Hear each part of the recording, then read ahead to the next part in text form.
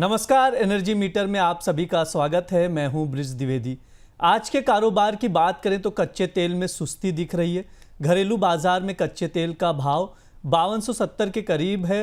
विदेशी बाजार की बात करें तो कॉमेक्स पर WTI क्रूड $61 प्रति बैरल और ब्रेंट क्रूड $64 प्रति बैरल के ऊपर ट्रेड करता हुआ दिख रहा है। वहीं नेचुरल गैस की बात करें तो इसमें आज तेज रिकवरी आई है।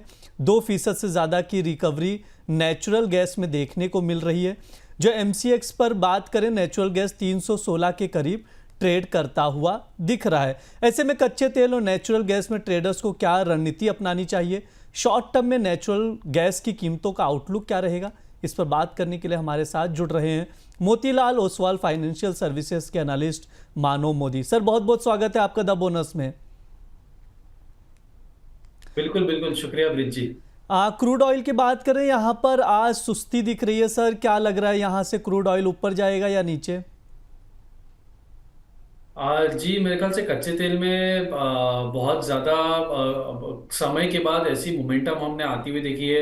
आप अगर देखें पिछले कुछ दिनों में जो रैली आई है 5400 के आसपास जाके फिर वापस 5200 का भाव दिखा। आज थोड़े फ्लैट टू पॉजिटिव कारोबार में हम ट्रेड कर रहे हैं बिल्कुल अगर देखें, लेकिन अभी पिछले कुछ समय में एक वापस से तेजी हमने आती हुई देखी है। ऐसा लग रहा है कि शायद ये एक बड़े समय बाद रेंज शिफ्ट होने वाली तैयारी है, क्योंकि नीचे में जो हमने पिछले समय जब बात कर रहे थे $55 का जो बेस था WTI में और 4700 रुपीज का जो MCX पे भाव था, वो एक स्ट्रॉन्ग सपोर्ट है मेरे ख्याल से। अब जब तक उसके नीचे भाव नहीं जाते हैं तब तक क्रूड में जो सेलिंग की हम बात कर रहे हैं वो शायद नहीं रहेगी। एक ब्रॉड रेंज हो सकता है और उसी रेंज की तैयारी हो रही है मुझे लग रहा है। अब यहाँ से थोड़ा एक पॉजिटिव मोमेंटम या फिर साइडवेज टू हायर मोमेंटम होना चाहिए। यहाँ से थोड़ा सा पॉजिटिव मोमेंटम देखने को मिल सकता है। सर, हमने देखा कि अमेरिका और चाइना के बीच भी सहमति बन गई है। जो ट्रेड वॉर चल रहा था, चीन ने अमेरिकी सामानों पर जो टैरिफ था उसको 125% से घटाकर 10% करने की घोषणा की है। वही अमेरिका जो है, चीनी सामान जो उनके यहाँ आते थे उस पर 145% टैरिफ को घटाकर 30% करने पर राजी हुआ है। हालांकि ये टैरिफ सिर्फ 90 दिनों के लिए ही होगी, आगे देखा जाएगा क्या होता है। लेकिन खास बात यही है कि आज जो है व्हाइट हाउस की ओर से एक कार्यकारी आदेश भी जारी किया गया है। उसमें कहा गया है चीन से आने वाली जो डी मिनिमिज शिपमेंट है उस पर जो टैरिफ लगती थी, पहले 120% लगती थी, उसे घटाकर 54% कर दिया गया। ये जो सर टैरिफ वॉर चल रहा था पहले, अब धीरे धीरे खत्म होता नजर आ रहा है। इसका कच्चे तेल की कीमतों पर कितना असर देखने मिलेगा? जी, मेरे ख्याल से कच्चे तेल में टैरिफ बिल्कुल दोनों ही देशों ने 115% की गिरावट अनाउंस की है। तो ये एक बड़ी न्यूज़ है, लेकिन इसका सबसे ज्यादा इम्पैक्ट हम सेफ हेवन मेटल्स में ज्यादा देखेंगे। रिस्कियर एसेट्स में अगर हम देखें, जैसे इक्विटीज हो गया, बेस मेटल्स हो गया, एनर्जी सेगमेंट हो गया, इसमें इतने ज्यादा गिरावट हमने देखी नहीं। उल्टा बिल्कुल थोड़ा पॉजिटिव मोमेंटम देखा है, क्योंकि रिस्क जो एक डिस्ट्रेस था मार्केट में, एक पैनिक था मार्केट में, वो कहीं ना कहीं ईज ऑफ हुआ है। कच्चे तेल में भी इसका एक पॉजिटिव असर हमने आता हुआ देखा है, क्योंकि चाइना के ऊपर और US के ऊपर जो टैरिफ का दबाव था वो कहीं ना कहीं थोड़ा कम होता हुआ दिखा है, जिसकी वजह से जो डिमांड के ऊपर क्वेश्चन उठ रहे थे कि अगर ये टैरिफ बढ़े तो डिमांड पे असर आ सकती है, वो आशंकाएं थोड़ी कम हो गई, इसलिए वो डिमांड भी थोड़ा सपोर्टिव रहा है मेरे ख्याल से। एक और चीज जो मार्केट करंटली देखनी चाहिए, वो है US और ईरान के बीच में जो डील चल रही है, जो अपडेट्स चल रहे हैं, जो US बाकी देशों पे, मिडल ईस्ट पे भी जो सैंक्शंस की बात कर रहे हैं। इनफैक्ट आज भी प्रेसिडेंट ट्रम्प का एक दौरा है मिडल ईस्ट में, तो वहां से क्या अपडेट आती है, तो ये सारी चीजें मिडल ईस्ट के साथ भी प्राइसेस को इम्पैक्ट करती है। आपने ईरान अमेरिका का जिक्र किया, तो अभी मतलब कल ही बयान दिया था, ईरान ने कहा था कि वो अपना जो न्यूक्लियर प्रोग्राम है बंद करने वाला नहीं है और इस पर कोई भी बातचीत भी नहीं करेगी। जैसा कि आपने कहा, ये जो बयान आया है उसी बीच आया है कि अमेरिका और ईरान के बीच न्यूक्लियर टॉक होने वाली थी। ये सब जो मार्केट को इम्पैक्ट डालेंगे वो है। सर, वैसे अभी जो पहले हम देख रहे थे, ब्रेंट क्रूड जो 70-80 के आसपास देखने को मिल रहा था, क्या लग रहा है वहां तक जा सकता है या फिर नहीं? जी मेरे ख्याल से जैसे मैंने कहा, एक बेस तो बिल्कुल $55 के आसपास का बन गया है, ऐसा लग रहा है।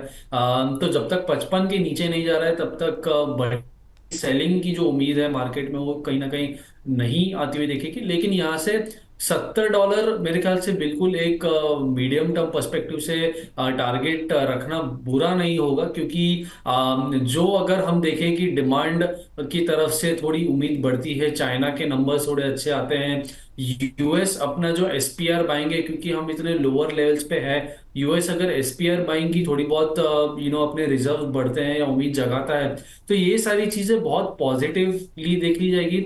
और सामने जो ओपेक ने अपना प्रोडक्शन बढ़ाने की बात की है, ये सारी जो न्यूज़ है वो ऑफसेट कर लेगी उन सारी चीजों को, और कहीं ना कहीं भाव में हमें एक तेजी दिखने मिल सकती है। तो बिल्कुल 65-70 का जो एक लेवल है डब्ल्यूटीआई पे, वो पॉसिबल हो सकता है मीडियम टर्म पर्सपेक्टिव में। 65-70 का लेवल पॉसिबल हो सकता है अगर चीज़ें पॉजिटिव रही तो। सर एक चीज़ हमने देखा, रशिया और यूक्रेन के बीच भी जो वॉर चल रहा था उसमें भी सीज फायर तक बात पहुंच गई है। 15 मई को वार्ता भी होनी है, इसे कैसे देख रहे हैं सर? मेरे ख्याल से ब्रिज जी, एक अगर हम देखें सारे ही वॉर रिलेटेड एक्सेप्ट फॉर अभी आज की तारीख में, अगर हम इंडिया पाकिस्तान का एस्केलेशन को हटा के बाकी देशों के बीच में जो हम अगर देखें, जो रशिया यूक्रेन हो गया, ईरान हमास हो गया, ये सारे वॉर में क्या, एक तो हम 2022-2023 से एक्सटेंडेड ये वॉर देख रहे हैं, जहां पे कोई ऐसा कंक्लूसिव इसमें ये नहीं आ रहा है। सीज फायर की बात होती है, फिर वापस कोई उल्लंघन आ जाता है, फिर वापस हम उसमें कुछ चीजें डेवलपमेंट देखते हैं। तो इस वॉर में भी यही हो रहा है रशिया यूक्रेन के बीच की, यूएस के कहने पे रशिया थोड़े दिन बंद हम जरूर कर देते हैं, सीज फायर अनाउंस कर देते हैं, लेकिन दोनों के बीच में, यूक्रेन के प्रेसिडेंट और रशिया के प्रेसिडेंट के बीच में अभी भी वो मनमुटाव दिख रहा है। ट्वीट्स कंटिन्यूस आती रहती हैं कि सीज फायर का नहीं किया जा रहा है, पालन नहीं किया जा रहा है। तो मेरे ख्याल से ये दौरा चलता रहेगा टिल द टाइम। अब ये यहां से और अगर एस्केलेट ना हो तो ज्यादा इसका असर नहीं दिखता है मुझे। अगर एस्केलेशन हो जाती है और वॉर हो जाती है, तब जाके मार्केट में थोड़ा असर दिखेगा।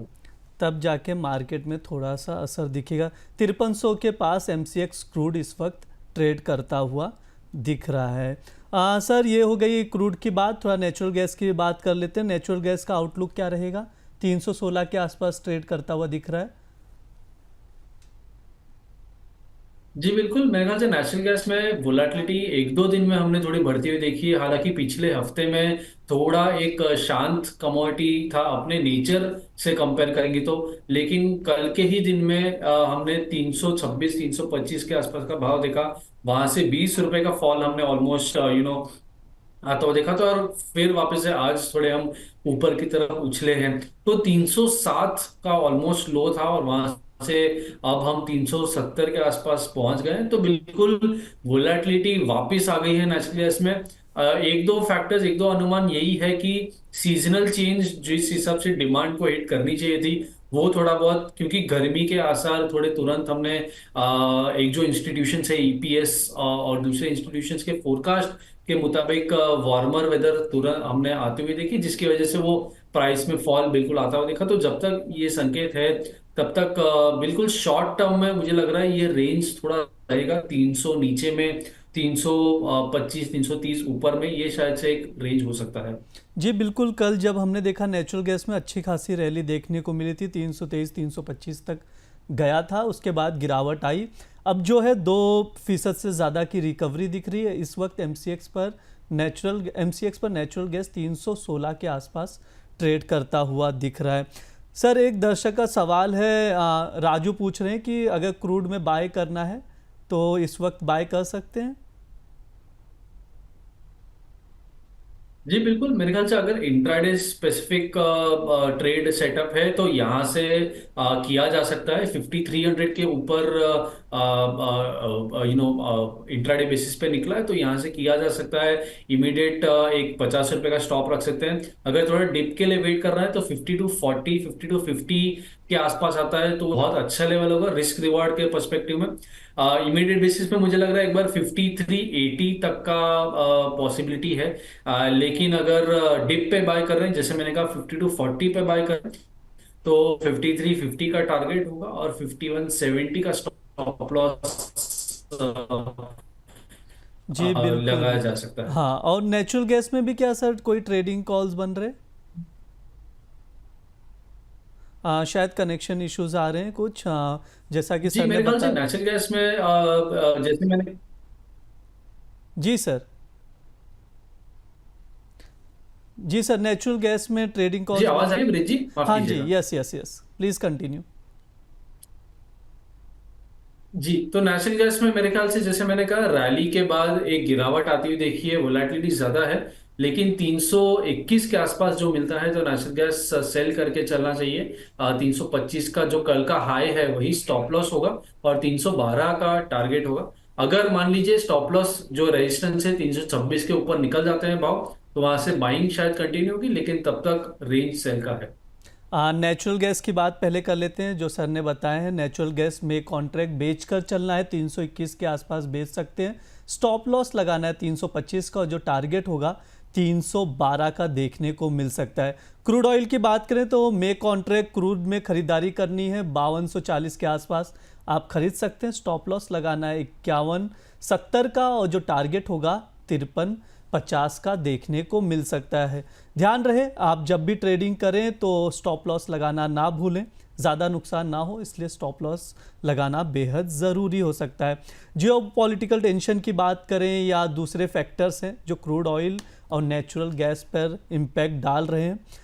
कल अच्छी खासी रैली देखी गई, फिर उसके बाद गिरावट आई। आज वापस से 2% से ज़्यादा रिकवरी देखने को मिली नेचुरल गैस में। अब देखना ये क्या होगा आगे मार्केट में। सर ने अपनी राय रखी और अपने जो ट्रेडिंग कॉल्स थे वो भी बताए, उसको भी आप लोग फॉलो कर सकते हैं। बहुत बहुत शुक्रिया सर हमारे साथ चर्चा में जुड़ने के लिए। बहुत बहुत शुक्रिया।